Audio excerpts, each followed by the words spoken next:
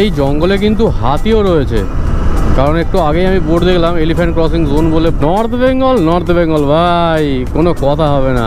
আমরা এখানে দাঁড়িয়েছি একটু মোমো খাওয়ার জন্য। তো এই হয়ে গেছে আমাদের মোমো। এই হচ্ছে সেবা কালী মন্দির। জয় মা গো। আপনি তোমার বন্ধু বসে আছে। তো আজকের গন্তব্য হচ্ছে আমাদের ইন্ডিয়ার ম্যাপে ডান দিকের যে পোর্শনটা রয়েছে তার একদম শেষের দিকে। আমাদের ঠিক বাম দিক দিয়ে কিন্তু রেল লাইন রয়েছে। আরে বাবা, দেখতে দেখতে দেখো ট্রেন এসে গেছে।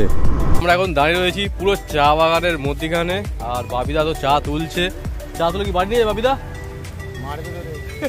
বলছে মারবে ধরে। সেই দূরে কিন্তু পাহাড় দেখা যাচ্ছে এখনো পর্যন্ত, মেঘের মধ্যে মিশে রয়েছে।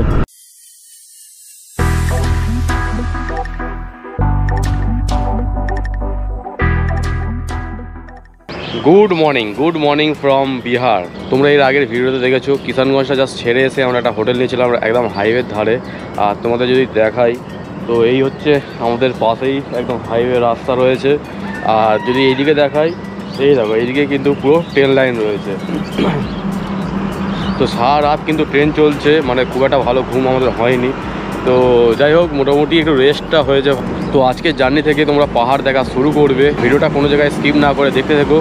ভিডিওগুলো যদি ভালো হয় তো লাইক করো, কমেন্ট করো, চ্যানেলটাকে অবশ্যই সাবস্ক্রাইব করে দিও এই ধরনের ভিডিও সর্বপ্রথমে পাওয়ার জন্য। আজকে ইচ্ছা আছে আমাদের গুয়াহাটি পৌঁছানোর। তো দেখা যাক আমরা গুয়াহাটি পৌঁছাতে পারি কি না। এখান থেকে প্রায় 500 কিলোমিটার মতন রাস্তা বাকি আছে আমাদের এখনও। তো সকালবেলায় আমাদের টিফিনের প্রস্তুতি চলছে। সকালবেলা আমরা টিফিন করবো কী দিয়ে? ছাতুকে জল দিয়ে গুলবো আমরা।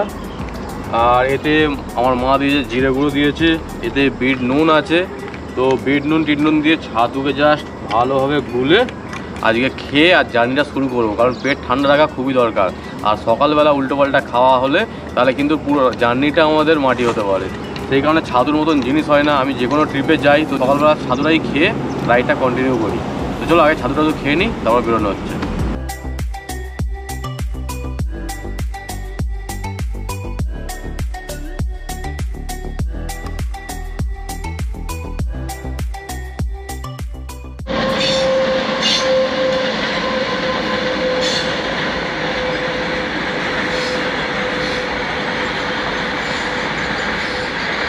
রুম থেকে আমরা বেরিয়ে চলে এসেছি নিচেতে, আর আমাদের গাড়িটা পার্ক করা ছিল ঠিক এরকম জায়গায়। আর এইদিকে হচ্ছে বেরোবার জায়গা, সারা দেওয়া রয়েছে এখন। তো আমরা বেরোবার সময় সারাটা খুলে দেবে। তো এখানে 3টে গাড়ি সব লম্বা করে লাইন দিয়ে দিয়েছিলাম। তো গাড়িগুলো বেশ সেফটিভাবে ছিল আমাদের কাল সারা রাত। এখানে বাবিদার পালসার N160, শ্রীকান্ত দ্বারা হচ্ছে বুলেট ক্লাসিক 350, তাই তো? আর আমার তো ছোটো ভাই আছে হন্ডা সাইন SP 125। তো চলো আগে লাগেজগুলো লোড করি, তারপর দেখা হচ্ছে।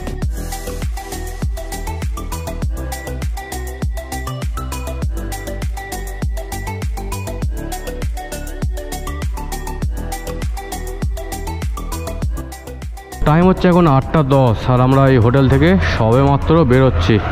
তো এখান থেকে আমি ডাইরেক্ট করোনেশন ব্রিজ মেরেছি। এখান থেকে 114 কিলোমিটারের ডিস্টেন্স আছে। টাইম লাগবে 2 ঘন্টা 27 মিনিট। আজকের জার্নিটা কিন্তু বেশ দারুণ হতে চলেছে।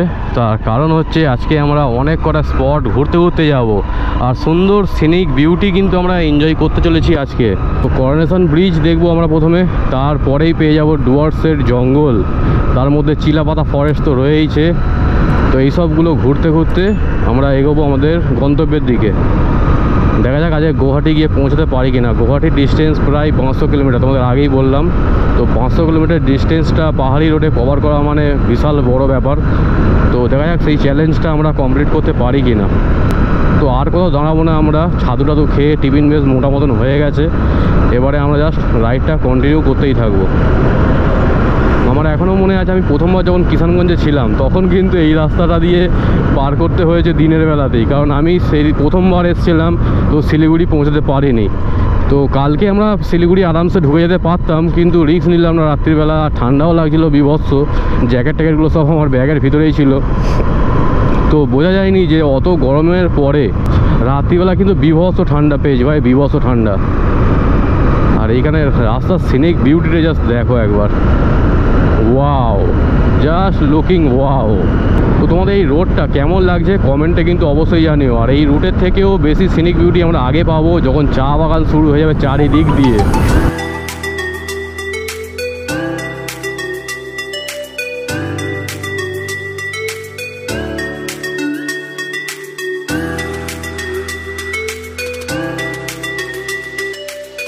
আমরা যেই হোটেলে ছিলাম সেখান থেকে শিলিগুড়ির ডিস্টেন্স প্রায় ওই 90-95 কিলোমিটার দেখাচ্ছিল। তো আজকে কিন্তু আমাদের ফিউল আপও করতে হবে, কারণ কালকে আমি একবারই তেল ভরিয়েছিলাম 874 টাকার মতন। তো আজকে কিন্তু এখনও পর্যন্ত 2টো কাঁটা রয়েছে। তো এর মধ্যে হিসাব আমরা পেয়ে যেতে পারি যে কলকাতা থেকে শিলিগুড়ি যাওয়ার জন্য কিন্তু আমার টোটাল 874 টাকার তেল লেগেছে। মানে ভাই কিন্তু একদম ভালো একটা সার্ভিস দিচ্ছে আমাদেরকে। 125 সিসির বাইক বলে এরম নয় যে শুধু সার্ভিস দিচ্ছে, স্পিড নেই। স্পিড কিন্তু বেশ দারুণ রয়েছে, পুরো গাড্ডা গুড্ডি। আরে বাবা, আমাদের পাশ দিয়ে আবার ট্রেন চলেছে। এই দেখো ট্রেন যাচ্ছে, কাঞ্চনজঙ্ঘা এক্সপ্রেস। ওকে, কাঞ্চনজঙ্ঘা এক্সপ্রেস হয়ে বেরিয়ে গেল। আরে বাবা, চলো আমরা এরকম গাড্ডা গুড্ডি কাটিয়ে এগোই। এই রাইট সাইডের রাস্তাটা নিতে হবে, তো এই আমরা রাইট সাইডের রাস্তাটা নিয়ে নিলাম। ও তো বেশ কিছুক্ষণ খারাপ রাস্তায় চালাবার পর এরকম যদি সুন্দর একটা রাস্তা পাওয়া যায় না, আর কি মানে আর কি চাই একটা বাইকারদের কাছে, এটাই হচ্ছে স্বর্গ, আর কিচ্ছু চাই না। দারুণ লাগছে। আজকে আমাকে গাড়ির ইঞ্জিন অয়েলটাও চেঞ্জ করতে হবে, কারণ প্রায় 2000 কিলোমিটারের মতন গাড়ি চলে গেছে আমার। তো ইঞ্জিন অয়েল আমি ক্যারি করছি ক্যাস্ট্রল পাওয়ার, তো ওটাকে আমি আগে ড্রেন করাবো। আজকে যদি পাই তো রাস্তায় করিয়ে নেবো, আর যদি একান্ত না পাই তো গুয়াহাটিতে গিয়েই একেবারে চেঞ্জটা করিয়ে নেবো। যদি ভালো রাস্তা হতো আর লরির চাপ থাকতো তাহলেও কিন্তু আমরা সেটাকে ভালো বলে মনে করতাম না। আর রাস্তাটা দেখো, যত দূর চোখ যাচ্ছে তত দূর পর্যন্ত ফাঁকা। তো এখান থেকে এখনও পর্যন্ত 75 কিলোমিটার ডিস্টেন্স বাকি আছে শিলিগুড়ির। আর আমরা কিন্তু বিহার থেকে ওয়েস্ট বেঙ্গলে অলরেডি এন্টার করে গেছি।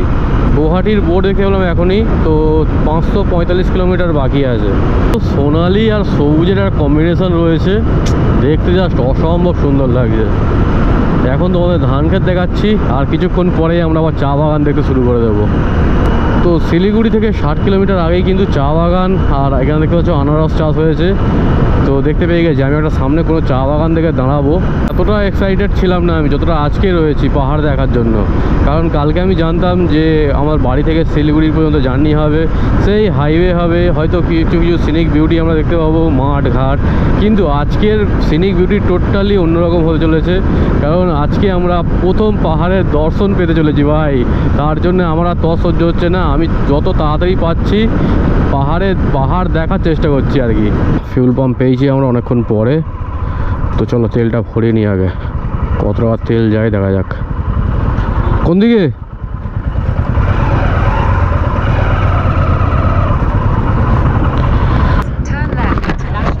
105 টাকা লিটার। ফুল कर दीजिए। 2000 years later. তো আমাদের ফিউল আপ করানো কমপ্লিট, 780 টাকার তেল লেগেছে টোটাল। তো চলো বেরোচ্ছি আমরা এবারে। বাইকে তেল যদি ফুল থাকে না তাহলে আর কোনো টেনশন থাকে না আমাদের। একটু আগে আমার একটা কাঁটা হয়ে গেছিলো, আমার তো মাথায় টেনশন এসে গেছে যে কি হবে না হবে। পেট্রোল পাম্প থেকে ফিউল আপ করানোর পর আমরা সামনেই একটা দাঁড়িয়ে গেছি চা বাগান থেকে। এই জায়গা আমাদের পিছনেই পুরো চা বাগান। তো চলো ওখানে একটু যাওয়ার চেষ্টা করবো আমি। বাইকগুলো এখানে আছে, তো এখানে থাক, আমরা একটু চা বাগান থেকে ঘুরে আসি আগে।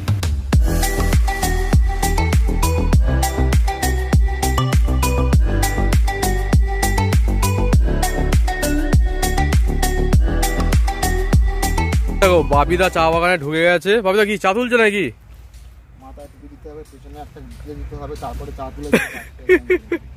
ও মানে ওইসব জিনিস না দিলে চা তোলা যাবে না, তাই তো?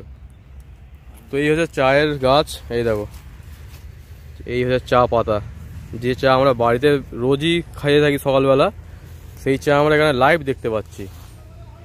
তো বাবিদা এক্সপিরিয়েন্স কিরকম চা বাগানে ঢুকে? বাবিদা চা তুললে ভালো হতো, তুললে তো মারবে এরা। আমরা এখন দাঁড়িয়ে রয়েছি পুরো চা বাগানের মধ্যিখানে, আর বাবিদা তো চা তুলছে। চা তুলে কি বাড়ি নিয়ে বাবিদা? মারবে ধরে বলছে, মারবে ধরে। চায়ের বাগানটা কতটা বড় তোমরা বুঝতে পারছো? পুরো মাঠকে মাঠ, শুধু চা বাগান আর চা বাগান। তো এর থেকেও ভালো ভালো চা বাগান কিন্তু আমরা আগে আরও পাবো, তো ব্লগটার সাথে জাস্ট জুড়ে থেকো।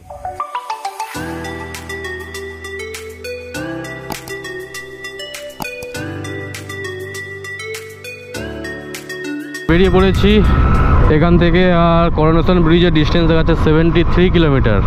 দার্জিলিং 124 কিলোমিটার। ওকে, আর গুয়াহাটি হচ্ছে 583 কিলোমিটার। গাছের আড়ালে দেখা যাচ্ছে না।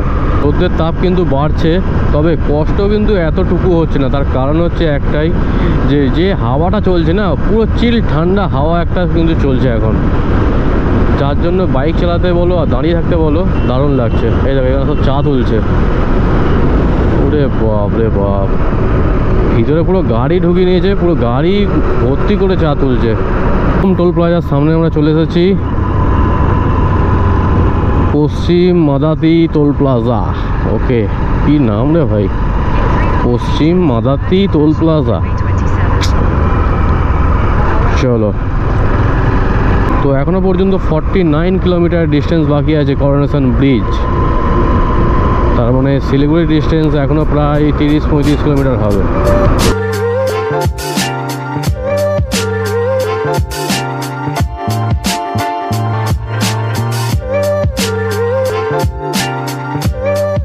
বাগডোগরা লেফট সাইডে, ফুলবাড়ি সোজা, জলপাইগুড়ি সোজা। তো আমরা কিন্তু এই লেফট সাইডের রাস্তাটাই নেবো বাগডোগরার দিকে। 50 কিলোমিটার, দার্জিলিং 99, আর জলপাইগুড়ি 73 কিলোমিটার। টাইম হয়ে গেছে 9:57, মানে প্রায় 10টা বাজতে যাই। আমরা কিন্তু শিলিগুড়ি প্রায় চলে এসেছি। তো একটা জায়গায় আমরা দাঁড়িয়েছি এখন, গাড়ির মনে হচ্ছে এয়ার প্রেসারটা অনেক বেশি হয়ে গেছে। তো আমার যে মিটার রয়েছে, এই মিটারটা আমি কিনেছিলাম, তো চলো চেক করে নিয়ে কত হাওয়া আছে।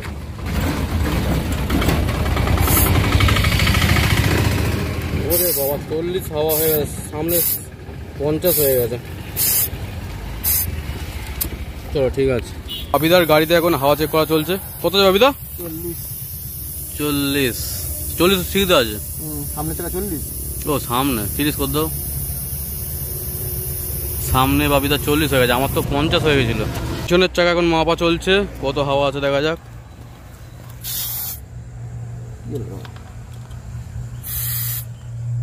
ধরো ভালো ধরো,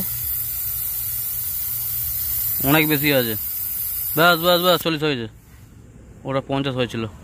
50 না, মিটারটা থাকার জন্য কিন্তু আমরা নিজেরা হাওয়া চেক করতে পারছি। তো যারাই বাইক রাইড করবে এই জিনিসটা একটা পারচেস করতে পারো। এটা 200-250 টাকা তোমরা যে কোনো দোকান থেকে কিনতে পারবে। তো এটা কিন্তু খুব দরকারি জিনিস, কারণ বাইকে যদি এয়ার প্রেসার বেশি হয়ে যায় তাহলে কিন্তু সমস্যা। কম হলে তোমরা যেতে পারবে, কোনো রকম সমস্যা নেই, বেশি হয়ে গেলেই সমস্যাটা বাড়ে।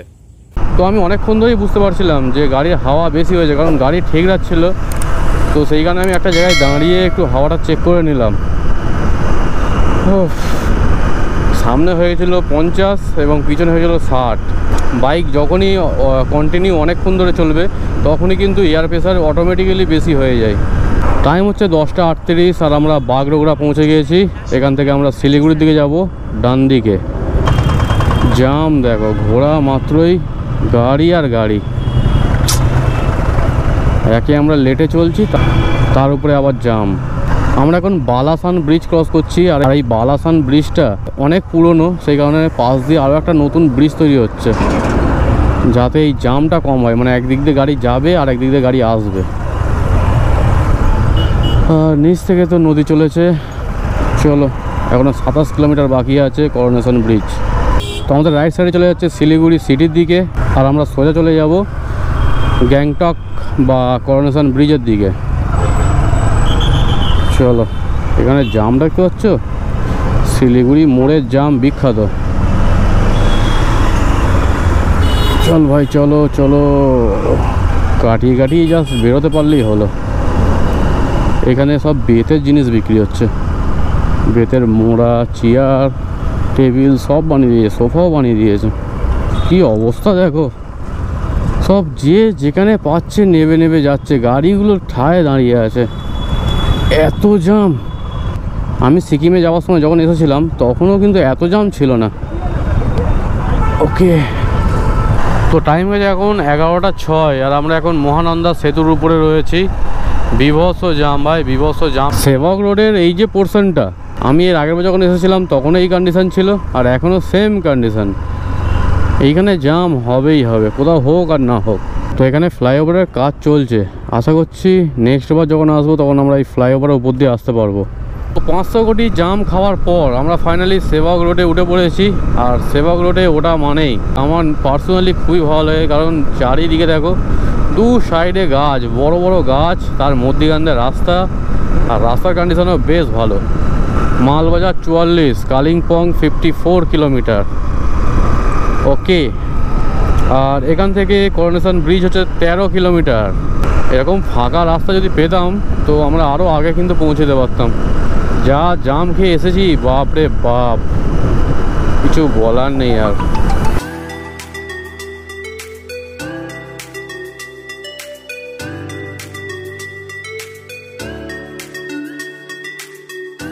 তো এই জঙ্গলে কিন্তু হাতিও রয়েছে, কারণ একটু আগেই আমি বোর্ড দেখলাম এলিফ্যান্ট ক্রসিং জোন বলে পুরো বোর্ড দেওয়া রয়েছে। ওফ, এখানে জঙ্গলটার জাস্ট ভিউ দেখো। একটা আলো আঁধারির মধ্যে একটা মায়াবী পরিবেশ সৃষ্টি করেছে ভাই। এই হনুমান বসে আছে ছোটো ছোটো। তো এই আমরা পাহাড়ের প্রথম দর্শন কিন্তু পেয়ে গিয়েছি। নর্থ বেঙ্গল ভাই, কোনো কথা হবে না। দারুণ দারুণ। লাদাখে পাহাড় দেখেছি একরকম, আর এইদিকের পাহাড় কিন্তু সম্পূর্ণ অন্যরকম, পুরো গ্রিনারিতে ভর্তি। Wow, look at the view man. সামনে একটা ক্রসিং রয়েছে, এই ক্রসিংটাই জাম হচ্ছে যত সম্ভব, কারণ ক্রসিংটা টপকে গেলে কিন্তু আর জাম হবে না। এই ক্রসিংটার জন্যই জাম, এই ক্রসিংয়ের রাস্তাটা খারাপ, যত গাড়ি পুরো লম্বা জাম হয়ে আছে। আগেরবার আমরা সিগন্যাল পেয়েছিলাম, যার জন্য দাঁড়িয়ে দাঁড়িয়ে কিন্তু কাঞ্চনজঙ্ঘা এক্সপ্রেসওয়েকে দেখতে পেয়েছিলাম। এবারে খোলা পেয়েছি। চলো, ক্রসিং পার করা মানেই কিন্তু আমরা পাহাড়ে ওঠা শুরু করে দিলাম। এবারে শুধু এঁকে বেঁকে পাহাড়ের উপরের দিকে ওঠার পালা। হালকা হালকা ঠান্ডাও লাগছে, এবারে নিচের দিকে অত গরম লাগছিল। তো দেখতে দেখতে চলে এসেছি আমরা সেবক কালী মন্দিরের একদম সামনে। এই হচ্ছে সেবক কালী মন্দির। জয় মা, মাগো, দূর থেকে প্রণাম নিও। যতবারই ভাবি যে নেক্সট বার এসে কালী মন্দিরে ঢুকবো, কিন্তু ঢোকার হয় না। এখানে এলে একটা আলাদাই ধূপের সেন্ট বেরোয়। ওহো, করোনেশন ব্রিজ আমরা পৌঁছে গিয়েছি। তো এখান থেকে আমরা রাইট সাইড নেব। ওকে, চলো চলো। করোনেশন ব্রিজের উপরে আমি এই প্রথম উঠলাম। ওয়াও, এইদিকে জাস্ট ভিউটা দেখো, দারুণ দারুণ। কেমন লাগছে তোমাদের এই ভিউটা কমেন্টে অবশ্যই জানাতে পারো আমাকে। হ্যাঁ, বাপি তোমার বন্ধু বসে আছে। চলো, আসার দিনকে দেখাবে করোনেশন ব্রিজ। টাটা। কত হনুমান বসেছে এখানে সব। বেশ কিছুদিন আমরা কিন্তু এরকম সুন্দর সুন্দর পাহাড়ি কার্ভ এনজয় করতে চলেছি। আমার সাথে সাথে তোমরাও কিন্তু এই কার্ভগুলোকে এনজয় করো। আর জল পড়ে এত স্লিপারি হয়ে আছে জায়গাগুলো, যেখানেই জল পড়ে আছে ব্রেক মারলেই ব্যাস স্লিপ করবেই। ওয়াও, তো এখান থেকে তিস্তা নদীর ভিউটা দেখো। হ্যাঁ হ্যাঁ হ্যাঁ, ওইটা দিয়ে এলাম। আমরা যেখান থেকে গেছি সেই রাস্তা, সেই পাহাড়টা খারাপ নেই, দেখেছো? হুম, এই পাহাড়টা ভালো লাগছিল, এখন এই পাহাড় ভালো লাগছে না। ওই দিকেরটা ভালো লাগে। তো এই হচ্ছে নিজেদের তিস্তা নদী। আর করোনেশন ব্রিজ থেকে আমরা রাইট সাইড নিলাম। তো তুমি যদি সোজা চলে যাও তো সোজা যাচ্ছে দার্জিলিং, সিকিম, সব সোজা। আর আমরা জাস্ট রাইট সাইড নিয়ে চলে যাচ্ছি আসামের দিকে।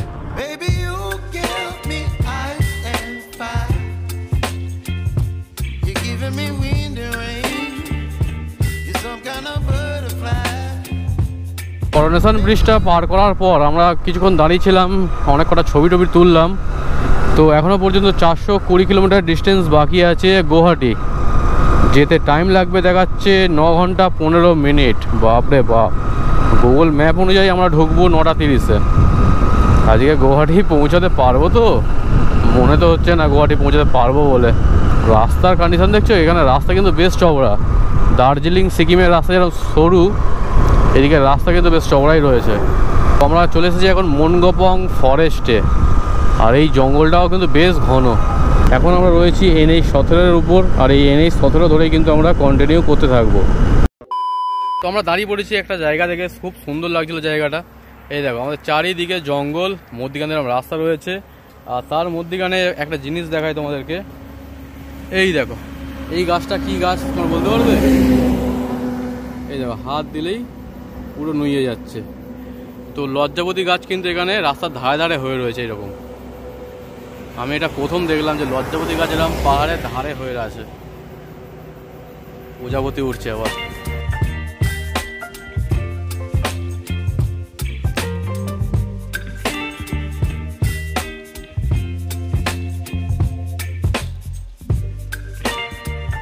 তো তোমাদের এই জায়গাটা যে দেখালাম কেমন লেগেছে কমেন্টে অবশ্যই জানিও। আর এই জায়গাটার নাম হচ্ছে এখন রংডং।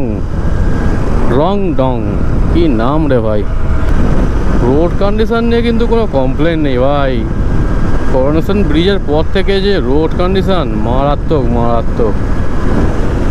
আমাদের চারিদিকে কিন্তু পাহাড় শুরু হয়ে গেছে। মালবাজার 24 কিলোমিটার, চালসা 31। মালবাজারের নাম কিন্তু আমি অনেক গল্পেতে শুনেছি, অনেক মুভিতেও দেখেছি। আজকে ফাইনালি নিজে মালবাজার যেতে চলেছি। উপর দিয়ে ট্রেন যাওয়ার লাইন রয়েছে আর নিচ থেকে আমরা চলে যাব। পুরো একটা গেটের মতন তৈরি করা।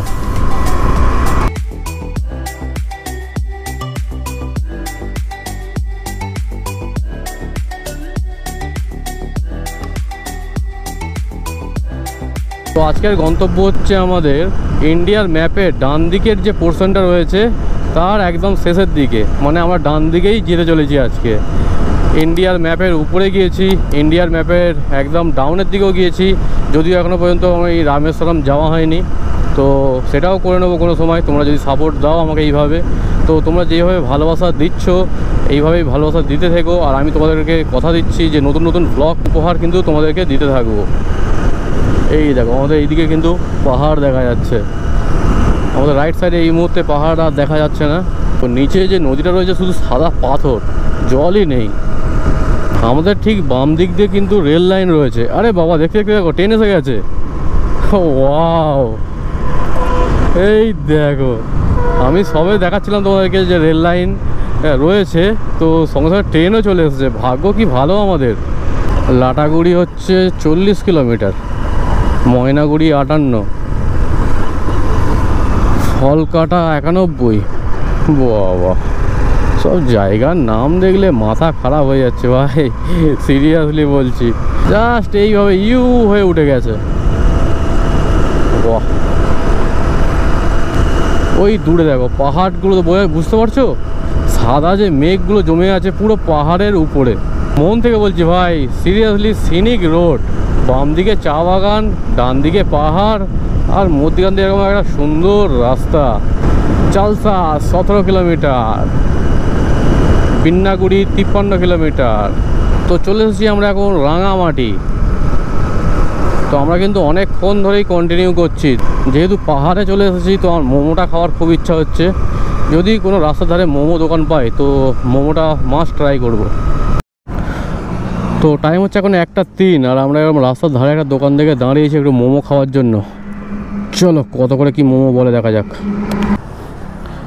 मोमो होगा सर जी? मोमो कितना है प्लेट?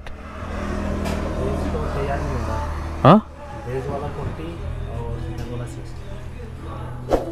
कितना पीस रहेगा? 8 पीस। चिकन होगा ना?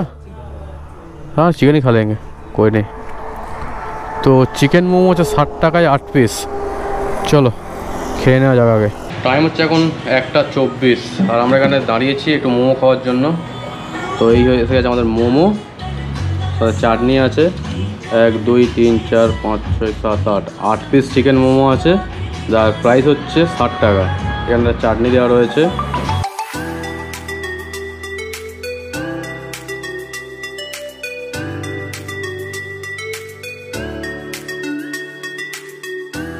আমরা একটু মোমোটা ট্রাই করি। এবার একটু চাটনি দিয়ে নিই, দিয়ে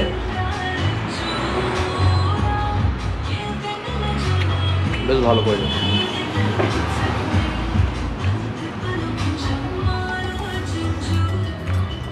তো আজকের ভিডিওটা আমরা এখানে এন্ড করছি। ভিডিওটা যদি ভালো লাগে তো লাইক করো, কমেন্ট করো, চ্যানেলটাকে অবশ্যই করে সাবস্ক্রাইব করে দিও এবং মেঘালয় সিরিজের নেক্সট পার্টগুলো দেখতে একদমই মিস করো না।